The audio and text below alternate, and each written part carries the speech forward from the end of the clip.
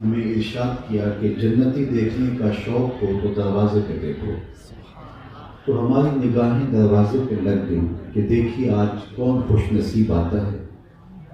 تو ہم نے دیکھا کہ ایک بوڑھے بزرگ تشریف لائے، تازہ آثار وضو ان کے چہرے پہ نمایاں تھے اور بائیں ہاتھ میں انہوں نے اپنا جوتا پکڑا تھا۔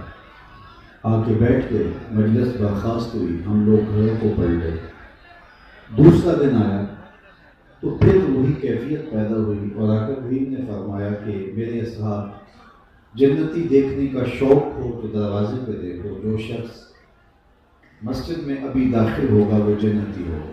تو کہتے ہم نے پھر توجہ کی کہ دیکھیے آج کون خوش نصیب آتا ہے، تو دیکھا کہ وہی بزرگ دوبارہ اسی حالت میں تشریف لائے، بائیں ہاتھ میں جوتا پکڑا تھا اور تازہ آثار وضو چہرے پہ حویدہ تھی۔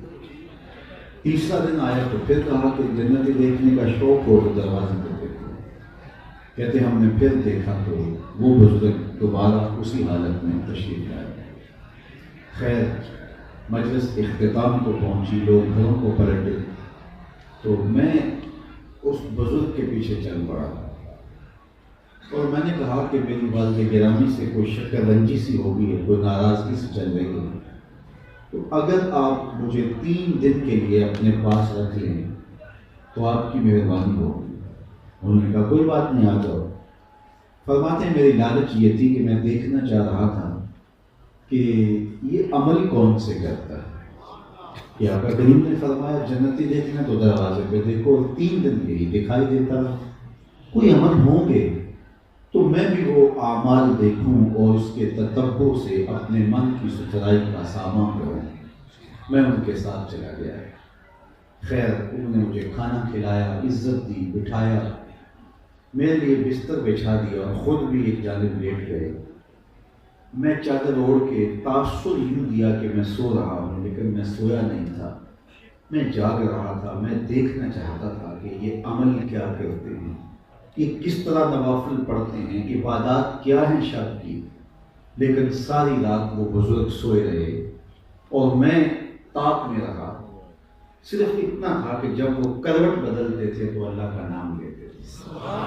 باقی معمول کی نیند ہوئی، صبح ہوئی، میں بھی اٹھا، وہ بھی اٹھے، نماز پڑھی، ناشتہ کیا، باغ میں چلے گئے، سارا دن گزرا۔ شام ہوئی تو میں نے سوچا کہ ہو سکتا ہے میری وجہ سے کل انہوں نے معمولات ترک کر دیے ہوں، لیکن جو عادی ہوتا ہے معمولات کا وہ روز ترک نہیں کر پاتا، تو آج دیکھتے ہیں کہ ان کے معمولات کیا ہے۔ میں نے پھر چادر اوڑھی اور تاثر یہی دیا کہ میں سو رہا ہوں، لیکن میں جاگ رہا ہوں۔ پھر ساری رات گزر گئی اور وہ بزرگ ساری رات سوئے رہے، صرف کروٹ بدلے تو اللہ کا نام لے۔ تیسرا دن آیا تو پھر یوں۔ خیر، جب تیسری شب بھی یوں ہی گزر گئی اور مجھے ان کا کوئی خاص عمل نظر نہیں آیا، معمول کی نمازیں میری بھی چلتی رہیں، ان کی بھی چلتی رہیں۔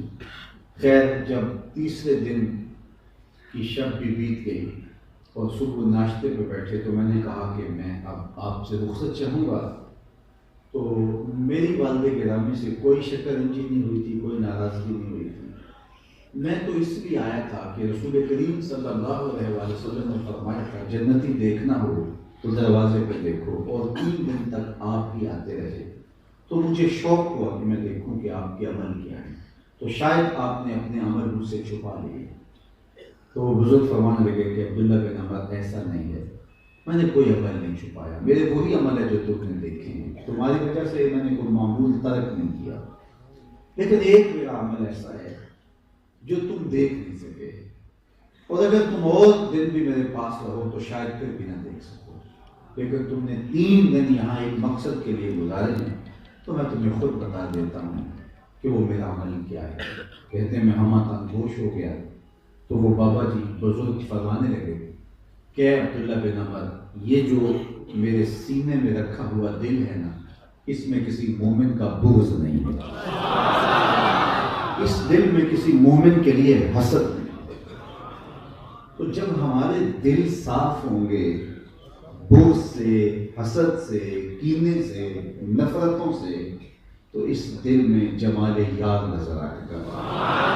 لیکن ہم نے دل کے آئینے کو خود ہی گدلا کیا ہوا ہے اور خود ہی میلا کیا ہے. سویر سے لے کر شام تک ہم دیکھیں کیا کیا حسد پالتے ہیں. شریکہ برادریاں ہماری الگ